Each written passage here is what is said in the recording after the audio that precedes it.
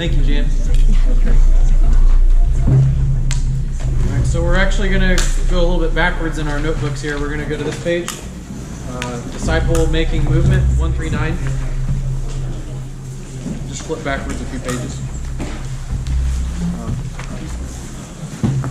Yeah, so we've been talking about a lot of these tools, a lot of different things that we're trying to figure out, okay, how does this all fit together? How are we going to figure out how to show all these people all these things, and how are we going to teach them how to follow Jesus and do all these different tasks? And then, Burke and Jeremy all talked about the precision harvesting and how do we focus our time. And Jeremy referenced the 139, like this, trying to focus your time on a select few people. So we want to look at an example of this in 2 Timothy 2, verse 1 through 7. So take a few minutes with your table. Try to read that. With your church. Thank you. I do appreciate that. Thank you. Yeah. Read through this with your church and discover what is in this with regards to kind of the tree of people here. So take any notes on this page that you like. All right. Has everyone read it? I may not have been super clear with my instructions, but that's okay. We'll come back together. So we see here, again, like as we mentioned earlier, when I was up here talking about Paul, verse 2, we see that from Paul to Timothy and all the way down, we see the tree of people really where it's not necessarily just Paul's at the top and everyone's looking to Paul to be the leader, but there's many leaders. But there is instruction really coming all the way back from Jesus through Paul and through the writings of Paul and all that. So when we look at an example of something like this, we want to be looking for, one, for ourselves to be like this, but also to be looking for people who are, Burke kind of gave me this, and you can probably explain it better, so jump in if you like, but soldiers, athletes, and farmers. So what's the difference between like a farmer and a gardener? What types of plants? What's the difference? Yeah. And then what do they do with it year after year? Yeah, and they save some of the seed for the next year or whatever materials they need. They save it and it multiplies, right? And it continues to grow. Versus a gardener, it's many times, especially if it's an annual that only comes up once and it dies. Yeah. Right? It looks really pretty and it's great, and sometimes it's worth spending money on, but it doesn't multiply. So so that's the difference. So we want to be like farmers in that we are looking for multiplication. What about an athlete? What are some attributes of an athlete in reference to their teammate, their coach? What are they trying to accomplish? What are some things that athletes typically do to do well in what they train? So they practice certain things. Over and over. They do it over and over and over. Just to shave off a second or two. They're trying to be better than the others. Yeah. Like we said about coaching too, there's a coach. Most athletes have to be a good athlete, you have to have a good coach. Yeah. That helps you and you follow them and you seek them out. And typically that coach was an athlete themselves at one point, right? So maybe in that analogy that the coach isn't performing to the level that the athlete is going to be, but they have the experience, they've done it themselves, they've practiced, they've learned, and they're passing on those skills from years and sometimes decades of practice. Isn't it those that can't play coach? And a good athlete avoids distractions. Yeah. Oh, avoids distractions. Yep. Go on a diet. All right. And what about a soldier? Obedience. Their obedience. Yeah. Discipline. Yeah, that's a good one. Loyal. A good soldier follows his leader. He obeys his orders. Mm-hmm. Oh, yeah. Obedient. Obedient to the orders of his commanding officer. Mm-hmm. And they're wanting to please their officer too, right? So it's not like they're just trying to get by with the minimum. Really, a good soldier is one who is looking to please the person they're serving. Yeah, and they're enlisted to fight, not to play like civilians. Yeah, they're not goofing off. They don't goof around, and they're not interested in civilian terms. They're focused. Right? Yeah, so like the soldier, the athlete, and the farmer. We want to be like those types of people where they're focused, and they know what they're doing. They're practicing. They're learning from others. They're looking to multiply. And we also want to be looking for people who are like soldiers, athletes, and others as well. So in the light of that, just some examples here. I know we kind of have this diagram in our book, but I'm going to draw an example of myself. So and I've been looking for people here in Norfolk for the past few months. Think about people that I'm training. I'm just going to pick three of the guys that are in my life that I'm discipling, and I would say there's more than three, but these are the three that I would say are the most faithful, available, and teachable, and kind of fit into that same category as the soldier, farmer, and athlete. So one of them is Jones, like I mentioned earlier. He's been super available. He's been excited to learn, wanting to follow God, and quick to obey. So he's one of the guys. Another one is Danny.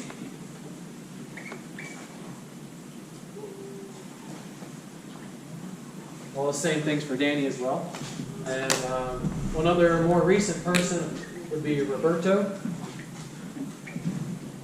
He just received Christ a few weeks ago, and now he's gone for the summer, but we're going to stay connected with him over the summer.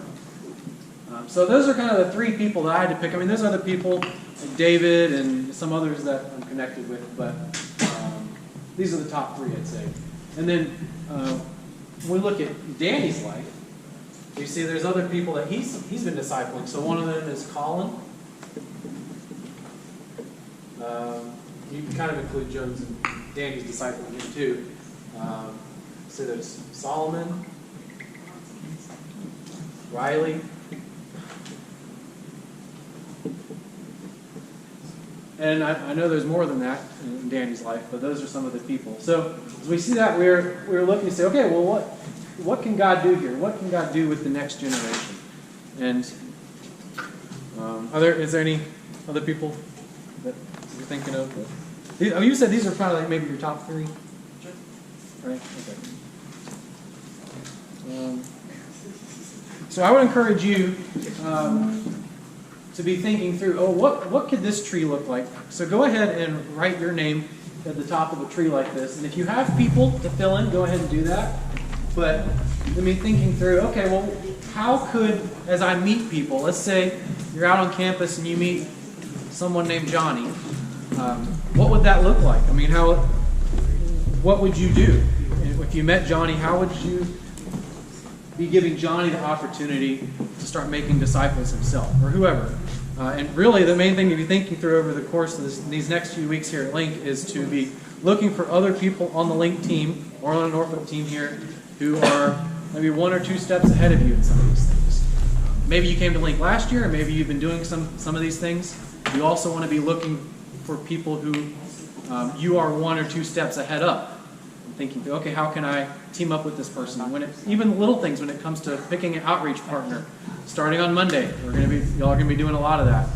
Finding someone that you say, hey, they look like they've done this before and maybe have some experience. I really want to learn from them. Or even think of, like, that person's really good at sharing the 3 circles. Like, I want to practice with them some more.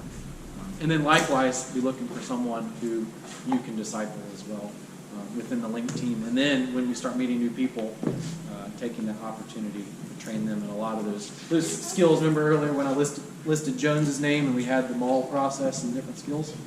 Keep updating that list as you go. When you meet a new person and you're training them, write their name in and figure out where they're at.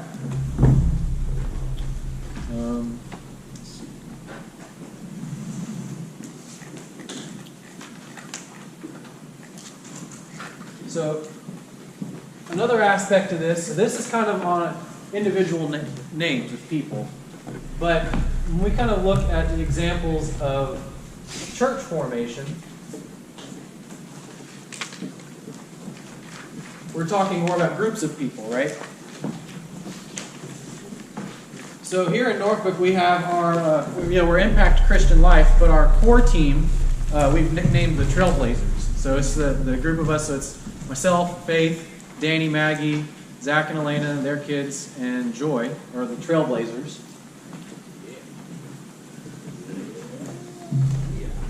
increase, right?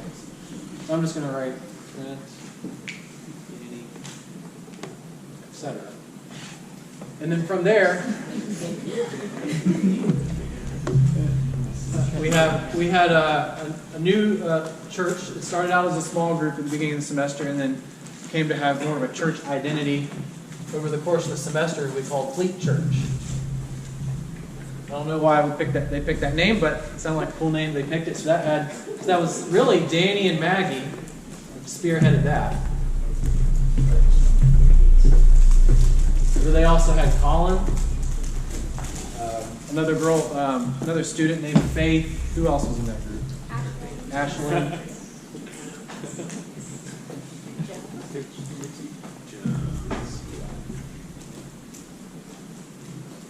And the whole time they were doing that, they had the mindset to start new groups that would form into healthy churches as well. So when we look back at Matthew 9 and 10, Burke talked about that. I don't know if it was on Wednesday or Thursday.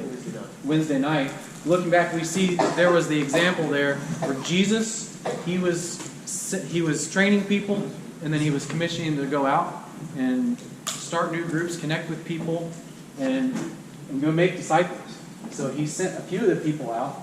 So if you notice, myself and Faith, we were not really a part of Fleet Church, but Danny and Maggie were coming back to us and reporting back really pretty much a weekly basis, saying, hey, this is what's going on. You know, Jones has started helping to lead the time. Colin's doing the same. So we were giving input into that. So while we were training Danny and Maggie, they were the ones who were going out. And automatically, really shortly after that group got started, they were going ahead and trying to pass off the leadership of that group to the people that are in the group. So that even though Danny and Maggie started Fleet Church, they are not like the leaders, right? So it's like, I don't know, how would you explain it? Basically, we didn't want the people in this group to think, this is Danny and Maggie's group, and they're going to lead it, and they're going to do a great job leading it for us. No, we want the people in this group to take ownership of that. And that's exactly the same as what Jesus did with his disciples.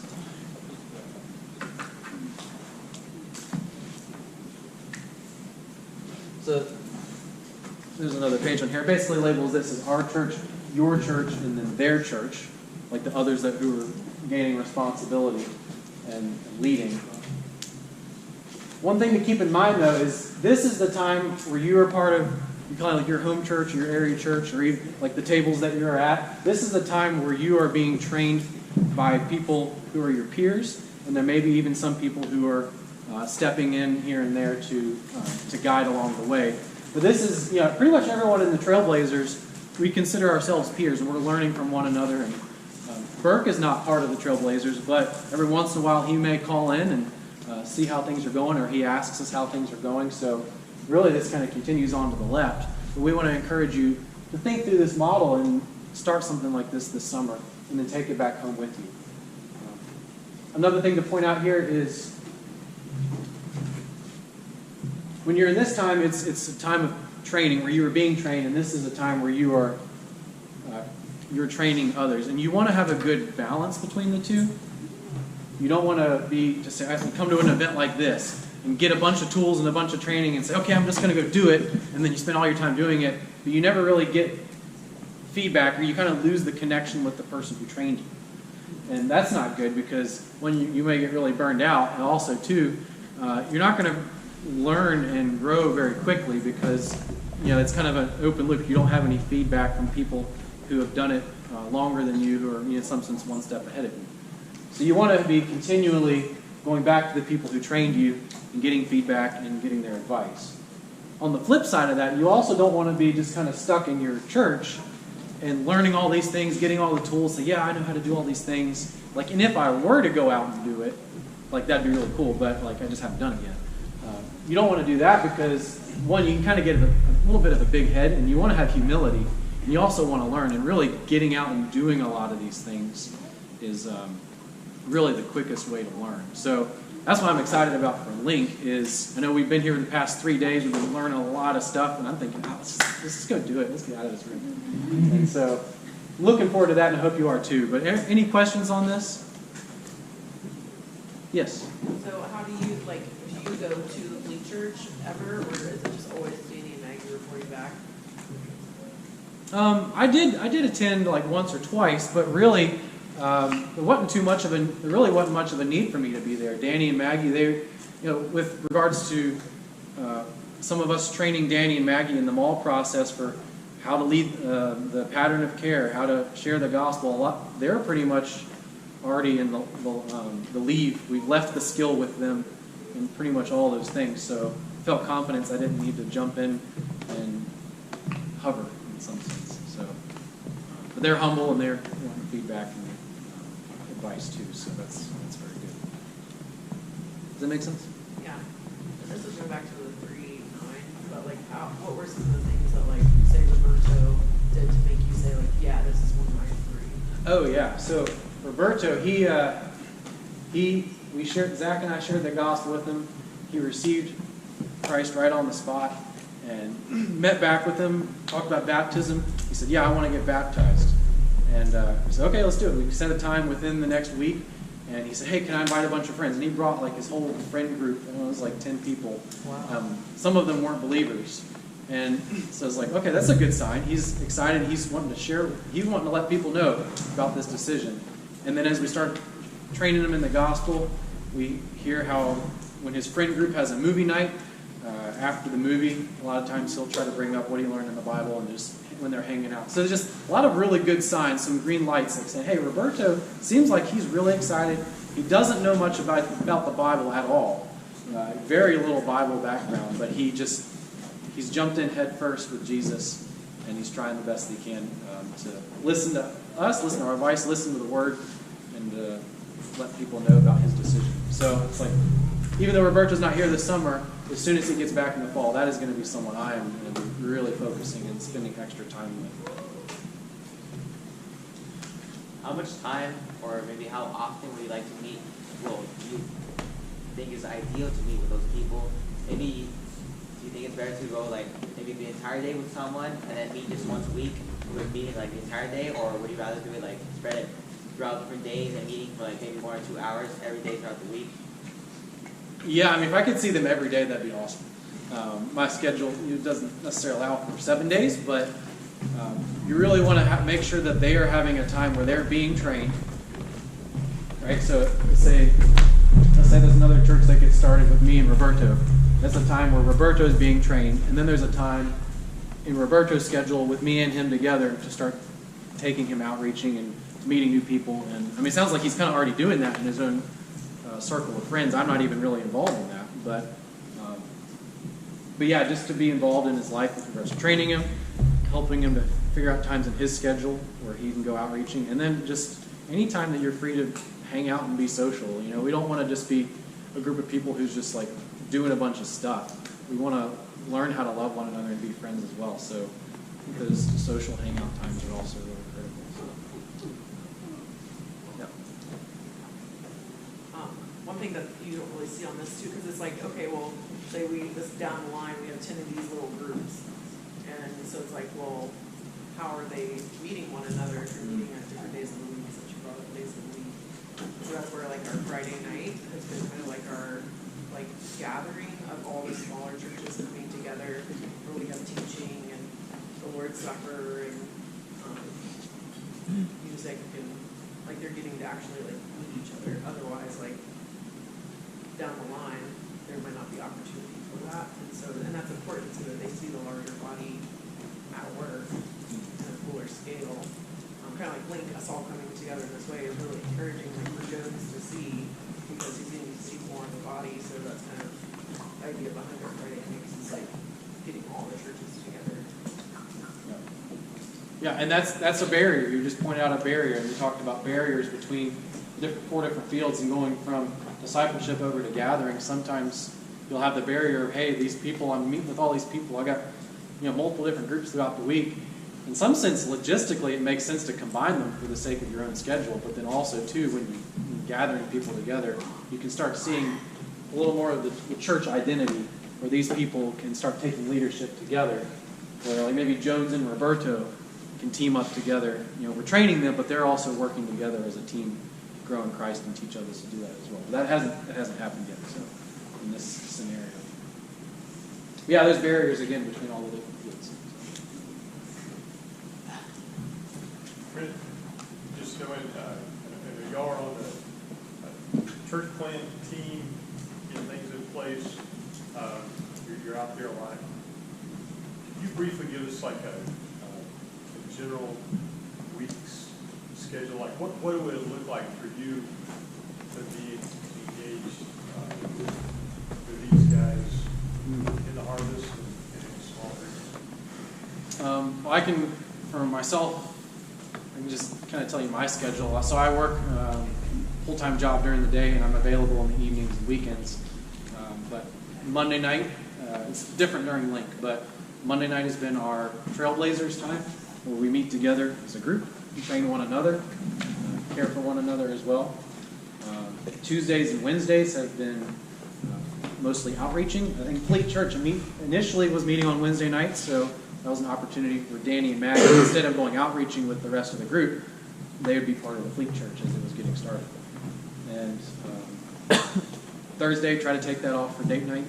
And Friday, we have kind of our, we don't, here in Norfolk, our church, we don't currently have a Sunday morning service, but we try to make our Fellowship Friday evenings a time of worship, usually some songs, prayer, communion, and then play some games, hang out, watch a movie, something fun on Friday night. So that is another great opportunity that we try to utilize to even start gathering some of the people who are maybe yellow lights, not quite believers yet, but they're interested in maybe being part of the prayer time or singing songs with us. So yeah, so the Tuesday and Wednesday times are really like that's where we're training people, and then Friday is more open. Really, anyone who wants to be a part, even if they're not ready to start setting goals and start obeying some of the commands, but they want to be part of the fellowship.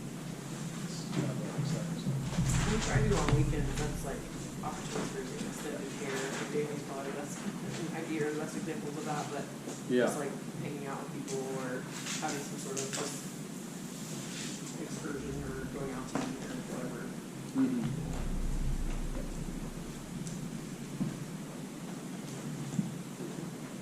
All right. No, On there?